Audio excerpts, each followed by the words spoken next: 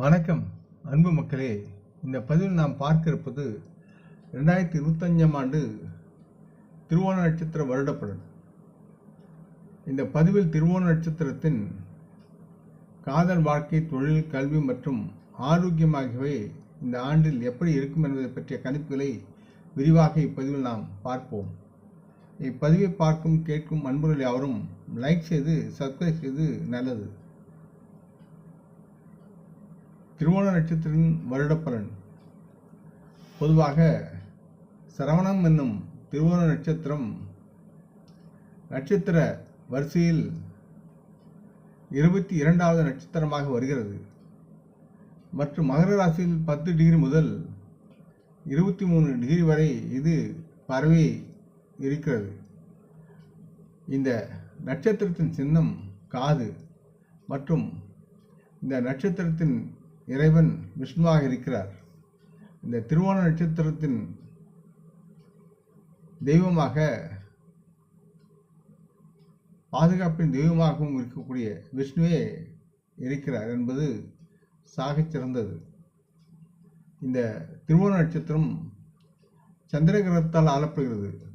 திருவோண நட்சத்திரத்தின் தசாதிபதியும் சந்திர பகவானே இருக்கிறார். அன்பான திருவோண நட்சத்திர மக்களே, உங்களின் இந்த புது ஆண்டு நம்பிக்கை, ஆற்றல் மற்றும் நல்ல ஆரோக்கியத்தின் தொடங்கும் தன்மையில் கணிக்கப்படுகிறது. இந்த நட்சத்திர மக்கள் தங்களின் போட்டித் தேர்வுகள் மற்றும் அரசு பணிகளுக்கு தயாராக மாணவர்களுக்கும் இது சாதகமான ஆண்டாக இருக்கும். ஜூன் மற்றும் ஜூலை மாதங்கள் தம்பதிகளுக்கு இல்லற வாழ்க்கைக்கு சாதகமாக இருக்கும். காரணம், நீங்கள் ஆறுதலையும் பல்வேறு ஆடம்பரங்களையும் பெற்று அனுபவிப்பீர்கள், மகிழ்ந்து வாழ்வீர்கள். உங்கள் தனிப்பட்ட வாழ்க்கையில் நீங்கள் உங்கள் குடும்பத்தை விரிவுபடுத்தலாம் மற்றும் உங்கள் துணையுடன் வலுவான உறவை பெறுவதற்குள்ள சூழலும் சிறந்த பிணைப்புக்கான வாய்ப்புகளும் அதிகமாக இருக்கிறது மற்றும் தம்பதிகளுக்குள் பரஸ்பர அன்பும் உறவும் மேலோங்கி வளர்ச்சியில் இருக்கும். உங்களின் தொழில் மற்றும் தொழில் வாழ்க்கையை பொறுத்தவரை பணிபுரியும் இடங்களில் இந்த திருவோண நட்சத்திர மக்கள் அந்தந்த துறையில் சிறப்பாக செயல்பட்டு முன்னேறுவார்கள் மற்றும் அவரின் திறமைகள் வெட்ட வெளிச்சமாகி மற்ற முன் பாராட்டு பெற்று அதற்குண்டான வெற்றியையும் வெகுமதியும் அடைவதற்குண்டான சூழலும் இருக்கிறது.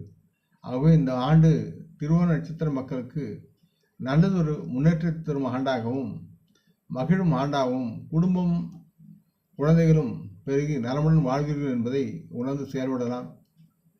பொதுவான தகவல் என்ற முறையில் பார்க்கும்போது ஒரு குழந்தை நட்சத்திரத்தை அறிய அந்த குழந்தை பிறந்த நேரத்தையும் இடத்தையும் அறிந்த பின்னர் பஞ்சாங்கத்தில் பார்த்து தெரிந்து கொள்ளலாம்.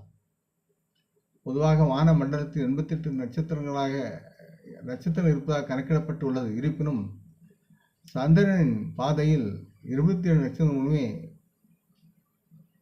அங்கீகரிக்கப்பட்டுள்ளது. சூரியன் மீன ராசியிலிருந்து மேஷ ராசிக்கு மாறுவது போல் சந்திரனும் அசுரனிலிருந்து பரணியிலிருந்து கார்த்திகை நட்சத்திரத்துக்கு மாறி மாறி தனது பயணத்தை தொடர்கிறார். ஒரு ராசியில் சந்திரன் 2.25 நாளில் தனது பயணத்தை முடித்து அடுத்த ராசிக்கு செல்கிறார். பொதுவாக சோதனத்தில் எல்லா நட்சத்திரங்களும் நன்மை செய்யக்கூடிய நட்சத்திரங்கள் என்றாலும் ஜாதகரின் 5ஆம் இடம் 10ஆம் இடம் முக்கியமாக பார்க்க வேண்டியது. இந்த பூர்வ புண்ணியஸ்தானம் மற்றும் கர்மஸ்தானம் என்ற இடங்களில் இருக்கக்கூடிய ராசி, கிரகங்கள், நட்சத்திரங்களுடைய தன்மையை பார்த்து பலன்கள் சற்றே மாறுபடும் என்பதை உணர வேண்டும்.